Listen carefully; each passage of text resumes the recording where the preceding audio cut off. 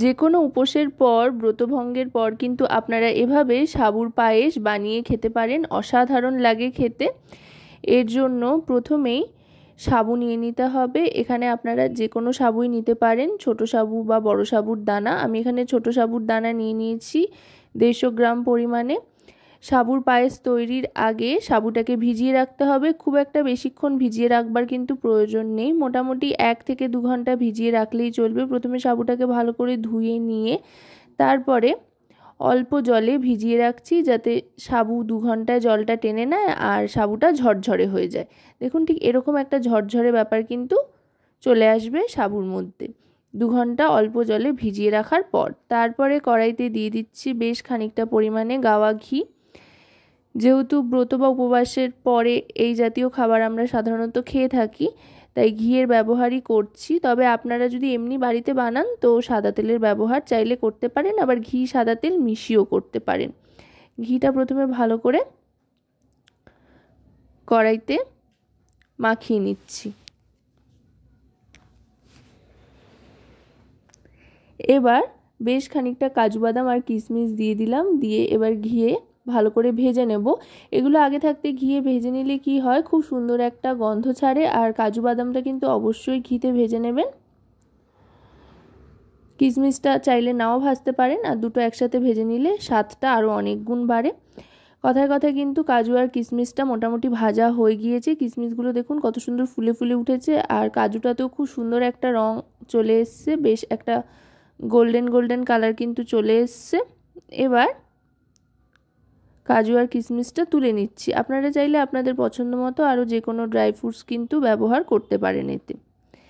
এবার ওই ঘিয়ের মধ্যেই দিয়ে দিচ্ছি ভিজিয়ে জল ঝরিয়ে রাখা সাবুটা। সাবুদানাটাও এবার ভালো করে ভেজে নেব। সাবুটা ভাজতে ভাজতে একটু দলা দলা পেকে আসবে, তাতে কোনো সমস্যা নেই। পরে যখন দুধে দেওয়া হবে তখন কিন্তু সাবুগুলো প্রত্যেকটা ছেড়ে যাবে, তাই এই সময় একটু দলা পেকে আসতেই পারে, এতে কিন্তু সমস্যার কোনো কারণ নেই। সাবুটাও একটু হালকা ভেজে নিচ্ছি, এতে করে খুব সুন্দর একটা গন্ধ আসবে আর সাবুটাও খেতে কিন্তু দারুণ লাগবে। সাবুটা ভেজে তুলে নিচ্ছি। তুলে নেওয়ার পর এবার এই কড়াইতেই দিয়ে দিচ্ছি দুধ। এখানে 1/2 লিটার পরিমাণে দুধ দিয়ে দিচ্ছি। দুধটা আগে একবার ফুটিয়ে নেওয়া হয়েছে, এবার এটা দিয়ে ভালো করে ফোটাতে থাকতে হবে, গ্যাসের ফ্লেমটা মিডিয়াম টু হাইতে রেখে। যেহেতু আগে একবার ঘি দেওয়া ছিল তাই আর ঘিয়ের ব্যবহার করলাম না। এমনিতেই কড়াইটা কিন্তু খুব সুন্দর তেলতেলে হয়ে গিয়েছে, তাই এমনি দুধটা দিয়ে দিয়েছি। এবার দুধটাকে ফুটিয়ে নিতে হবে, একবার ফুটে ওঠার জন্য অপেক্ষা করতে হবে। একবার ফুটে উঠলে বেশ খানিকক্ষণ এটাকে জাল করে নিতে হবে। মোটামুটি 4 থেকে 5 মিনিট মতো মিডিয়াম ফ্লেমে দুধটাকে ভালো করে ফুটিয়ে নিয়ে বেশ একটু ঘন ঘন হয়ে আসলে তখন দিয়ে দেব সাবুটা।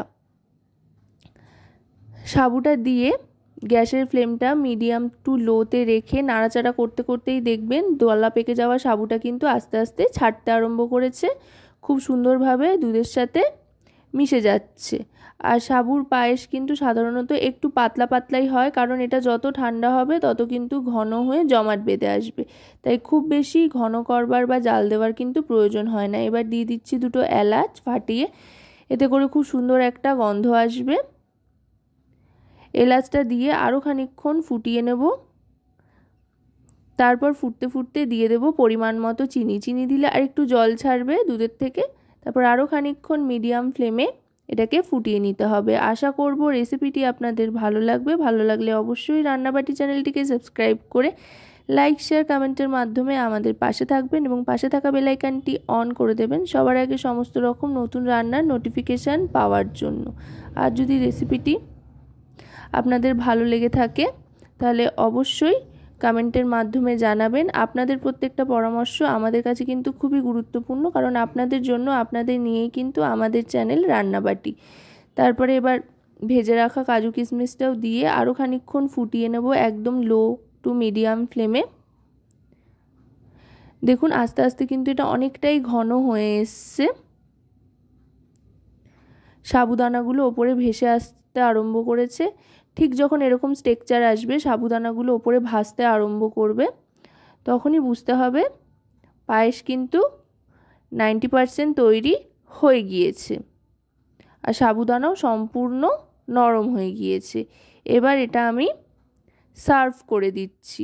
সাধারণত গরম গরম খাওয়ার থেকেই মিডিয়াম টেম্পারেচারে চলে আসলে এই জাতীয় পায়েস খেতে বেশি ভালো লাগে, তাই জন্য খুব একটা বেশি কিন্তু ঘন করলাম না, এটা নিজের থেকেই ঘন হয়ে যাবে।